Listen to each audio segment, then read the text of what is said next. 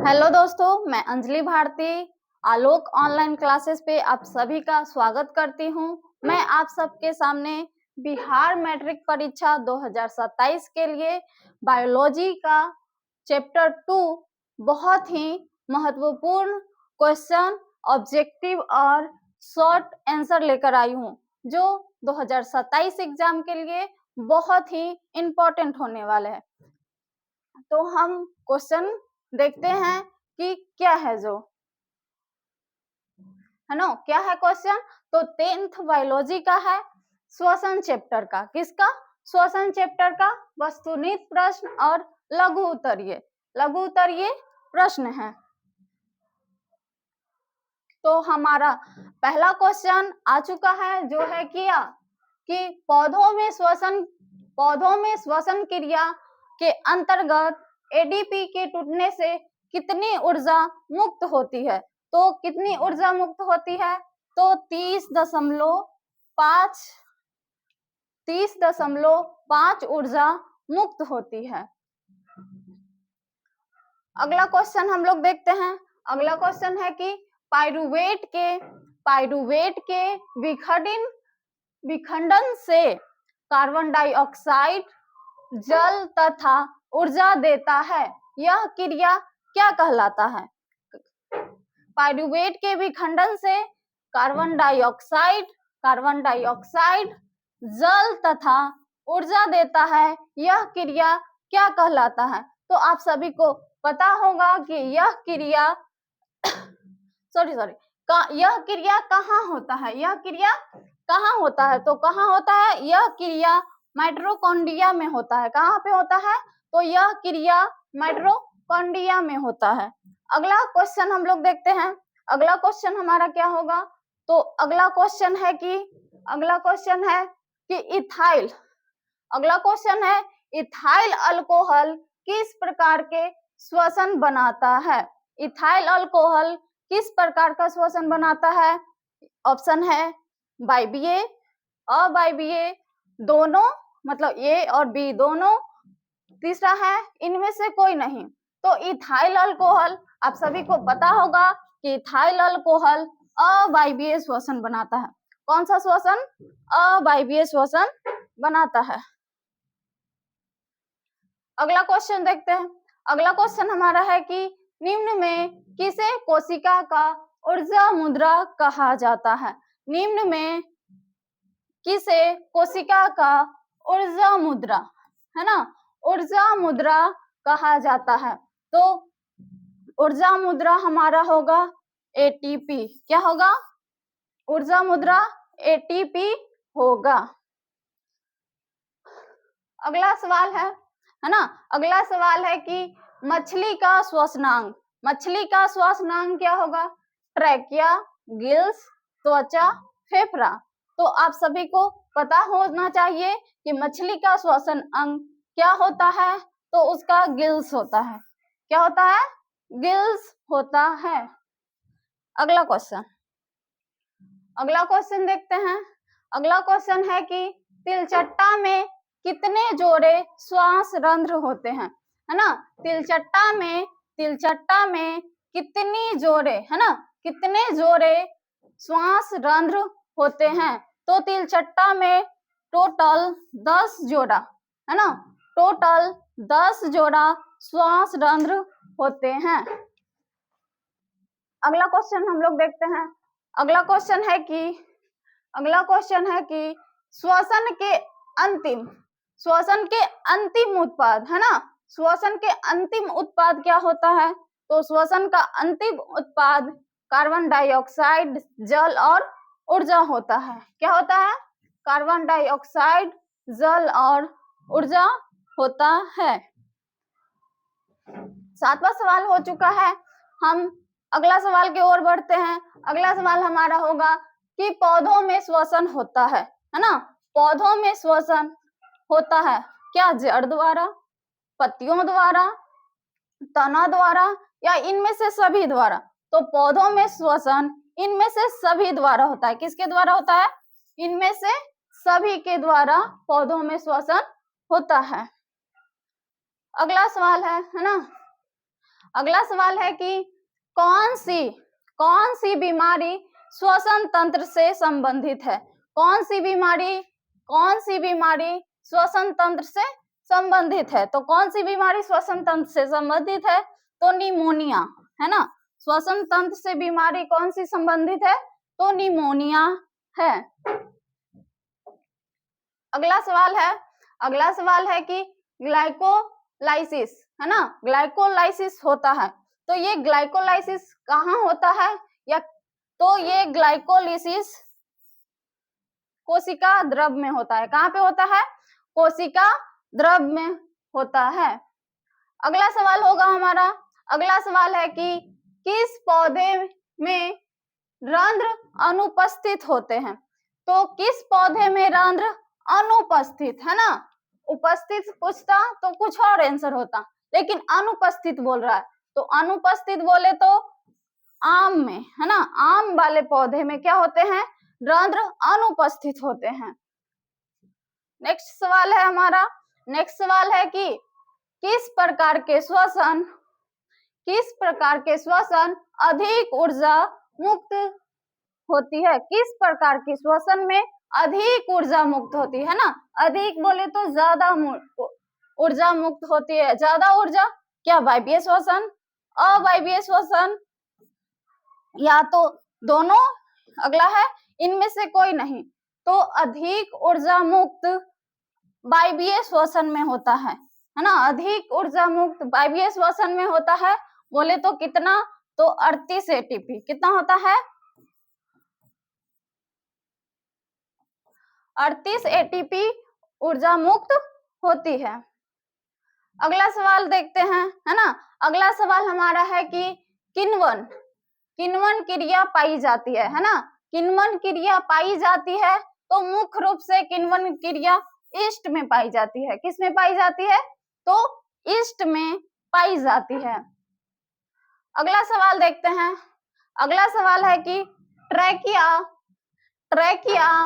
Trachea किस जीव का श्वसन अंग है ना। तो ट्रैकिया किस जीव का श्वसन अंग है? तो ट्रैकिया कॉकरोच, है ना।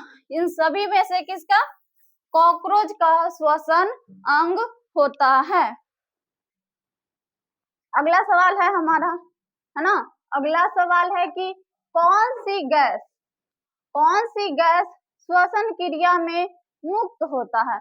तो कौन सा गैस श्वसन क्रिया में मुक्त होता है? तो हम लोग सांस जब छोड़ते हैं तो हम लोग कार्बन डाइऑक्साइड गैस को मुक्त करते हैं, यानी छोड़ देते हैं, है ना। तो अगला सवाल हम देखते हैं। अगला सवाल हमारा है कि ग्लूकोज के पूर्ण ऑक्सीकरण से क्या मुक्त होता है ना।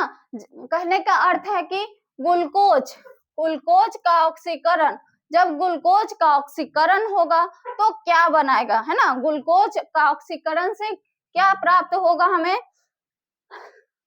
तो ग्लूकोज के ऑक्सीकरण से सिर्फ कार्बन डाइऑक्साइड, सिर्फ ऊर्जा, सिर्फ जल, या इनमें से सभी? तो ग्लूकोज के ऑक्सीकरण से हमें ये सभी प्राप्त होते हैं। क्या होते हैं? ये सभी प्राप्त होते हैं। तो हमारा डी नंबर ऑप्शन राइट होगा। क्या होगा? हमारा डी नंबर ऑप्शन राइट होगा। अगला सवाल हम देखते हैं। अगला सवाल हमारा है कि, है ना, अगला सवाल है कि एटीपी का विस्तारित रूप है। एटीपी का विस्तारित रूप क्या होता है? तो एटीपी का विस्तारित रूप एडिनोसिन ट्राइफॉस्फेट होता है। क्या होता है? एडिनोसिन ट्राइफॉस्फेट एटीपी का फुल नेम होता है। अगला सवाल, है ना, अगला सवाल देखते हैं। अगला सवाल क्या है कि रंध्र का मुख्य कार्य क्या है? रंध्र का मुख्य कार्य क्या है? क्या रंध्र प्रकाश संश्लेषण करता है? क्या रंध्र प्रकाश संश्लेषण? बी है कि गैसों का विनिमय एवं वाष्प उत्सर्जन करता है। सी है कि पोषण करता है। डी है कि भोजन का परिवहन करता है। तो रंध्र क्या करता है? तो रंध्र गैसों का विनिमय करता है। रंध्र गैसों का विनिमय और वाष्प उत्सर्जन करता है। अगला सवाल देखते हैं। अगला सवाल हम लोग देखते हैं कि अगला सवाल हमारा है मनुष्य में नासिका छिद्र, है ना, मनुष्य में नासिका छिद्र, लैरिंक्स, ट्रैकिया तथा फेफड़ा मिलकर बनाता है। मनुष्य में नासिका छिद्र, लैरिंक्स और ट्रैकिया और फेफड़ा मिलाकर बनता है। क्या? उत्सर्जन तंत्र, जनन तंत्र, पाचन तंत्र, अगला है श्वसन तंत्र। तो ये सारे मिलकर के श्वसन तंत्र का निर्माण कराते हैं। ये सारे मिलकर किनका निर्माण कराते हैं? तो श्वसन तंत्र का निर्माण कराते हैं। ये सब नहीं होगा। अगला देखते हैं, है ना। अगला सवाल है कि अगला है कोशिकीय ईंधन निम्न में से कौन है ना। कोशिकीय ईंधन, है ना, ईंधन, कोशिकीय ईंधन क्या होगा? क्या प्रोटीन? तो प्रोटीन नहीं होता है, ग्लूकोज ही होगा। क्या होगा? हमारा कोशिकीय ईंधन ग्लूकोज ही होगा। वैसा इनमें से कोई तो होगा ही नहीं, क्योंकि ग्लूकोज हम लोग को पहले ही मिल चुका है। अगला सवाल हम लोग देखते हैं, है ना। अगला सवाल हम देखते हैं, अगला है कि एटीपी में फॉस्फेट की संख्या, है ना, एटीपी में फॉस्फेट की संख्या, है ना, किसका? फॉस्फेट की संख्या पूछ रहा है। फॉस्फेट की संख्या कितनी होगी? 1 2 3 4। तो कितनी होती है एटीपी में फॉस्फेट? इसकी संख्या पूछ रहा, तो इसकी संख्या 3 होती है ना। एटीपी का फुल नेम होता है एडिनोसिन ट्राइफॉस्फेट। ट्राई का मतलब 3 होता है, तो फॉस्फेट की संख्या 3 होगी, है ना। अगला सवाल की तरफ बढ़ते हैं हम लोग। अगला सवाल है बाहरी वातावरण से कोशिका में ऑक्सीजन का स्थानांतरण और कार्बन डाइऑक्साइड को हटाना कहलाता है ना। ऑक्सीजन, बाहरी वातावरण से कोशिका में ऑक्सीजन को स्थानांतरित करना और कार्बन डाइऑक्साइड को हटाना क्या कहलाता है? तो ये स्वच्छ कहलाता है। क्या कहलाता है? स्वच्छ कहलाता है।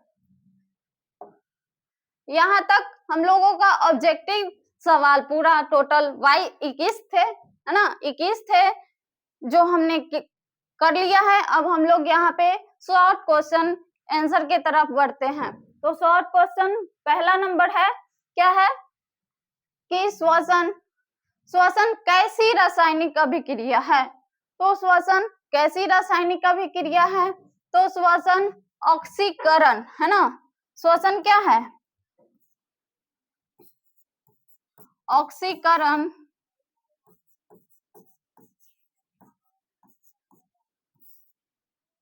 ऑक्सीकरण रासायनिक अभिक्रिया है ना। अगला सवाल हम देखते हैं। अगला सवाल है कि श्वसन का मध्यवर्ती पदार्थ होता है ना। श्वसन का मध्यवर्ती पदार्थ क्या होता है? जब श्वसन होता है तो कौन सा पदार्थ का निर्माण होता है? तो जब आप लोग को पता होना चाहिए कि श्वसन में ग्लूकोज का विखंडन होता है, C6H12O6। इसमें ऑक्सीजन इसमें अभिक्रिया करके कौन सी पदार्थ का निर्माण कराता है? तो कौन सा पदार्थ का? Carbon dioxide.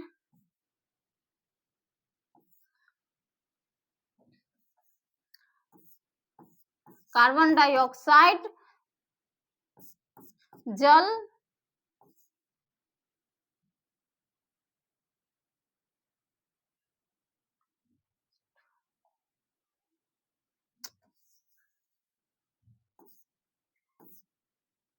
CO2 plus H2O plus ऊर्जा, क्या बनता है? ऊर्जा बनता है। तो श्वसन का मध्यवर्ती पदार्थ हमारा यही होता है कि कार्बन डाइऑक्साइड, जल और ऊर्जा बनते हैं। अगला हमारा सवाल है, अगला सवाल है कि किण्वन किस प्रकार का श्वसन है ना? किण्वन किस प्रकार का श्वसन है? तो किण्वन पता होना चाहिए कि किण्वन और अनऑक्सी श्वसन है। कौन सा श्वसन है? किण्वन अनऑक्सी बोले तो अवायवीय श्वसन है। कौन सा श्वसन है? तो किण्वन अनऑक्सी,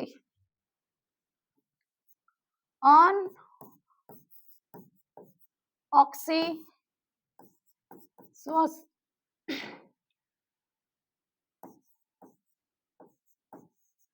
अनऑक्सी श्वसन या तो इसी को हम अवायवीय श्वसन भी कहते हैं। क्या कहते हैं? अवायवीय श्वसन, अवायवीय श्वसन,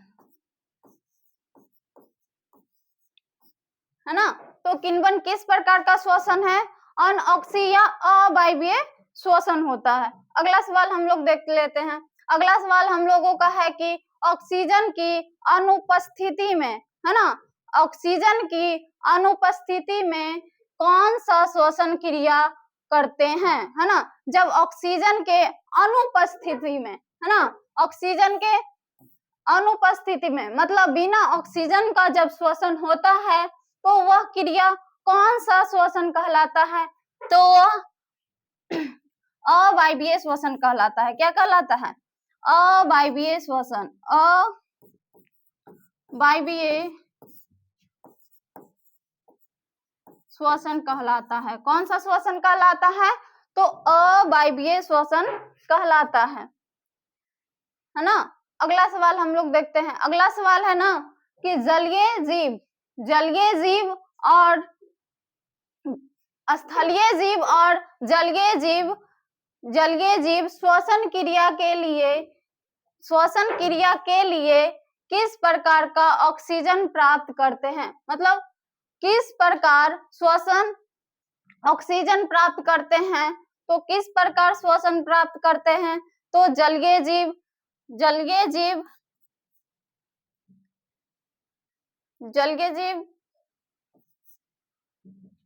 पहले स्थलीय, तो स्थलीय जीव फेफड़ा के द्वारा, है ना? स्थलीय जीव फेफड़ा के द्वारा ऑक्सीजन प्राप्त करते हैं। और स्थलीय जीव, है ना, और स्थलीय जीव किसके द्वारा? तो स्थलीय जीव गिल्स के द्वारा, सॉरी, स्थलीय जीव फेफड़ा के द्वारा और जलीय जीव गिल्स के द्वारा ऑक्सीजन प्राप्त करते हैं। स्थलीय जीव फेफड़ा के द्वारा और जलीय जीव गिल्स के द्वारा ऑक्सीजन प्राप्त करते हैं। अगला सवाल हम लोग देख लेते हैं, है ना? अगला सवाल हमारा है कि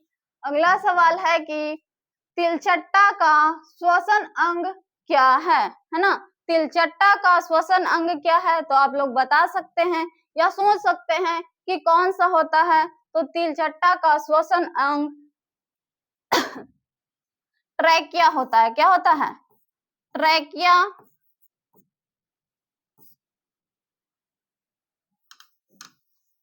तिलचट्टा का श्वसन अंग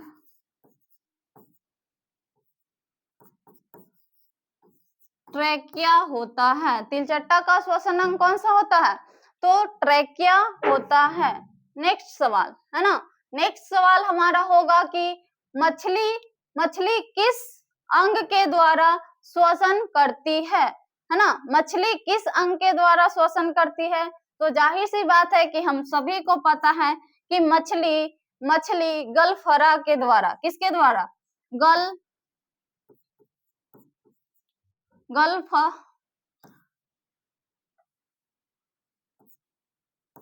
गलफरा के द्वारा क्या करता है? गलफरा या गिल्स के द्वारा श्वसन करता है। मछली किसके द्वारा श्वसन करता है? गलफरा या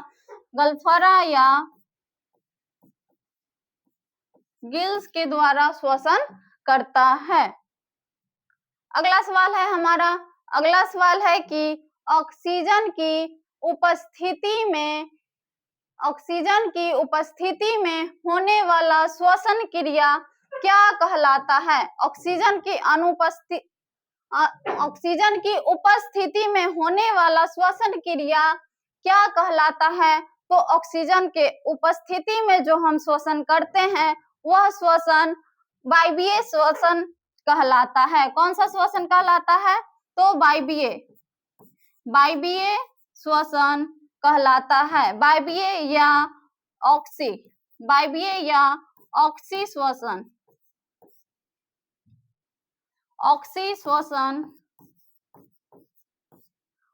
श्वसन कहलाता है। तो ऑक्सीजन के उपस्थिति में जो हम लोग श्वसन करते हैं वह श्वसन को हम वायवीय या ऑक्सी श्वसन कहते हैं। यहाँ तक शायद हमारा सभी सवाल हो चुके हैं। ऑब्जेक्टिव प्लस शॉर्ट क्वेश्चन है ना, शॉर्ट क्वेश्चन सारे हमारा कंप्लीट हो चुके हैं। तो आप सभी लोग देखकर बहुत ही मतलब ये होंगे कि सारे सवाल बहुत ही बढ़िया थे और मजेदार थे, है ना। तो आप सभी को यहाँ से बहुत ही मतलब सवालों से बहुत ही दिक्कत जो होगा वो सारा कंप्लीट हो चुका होगा। तो हम आज के लिए इतना ही, बाकी धन्यवाद, बाय।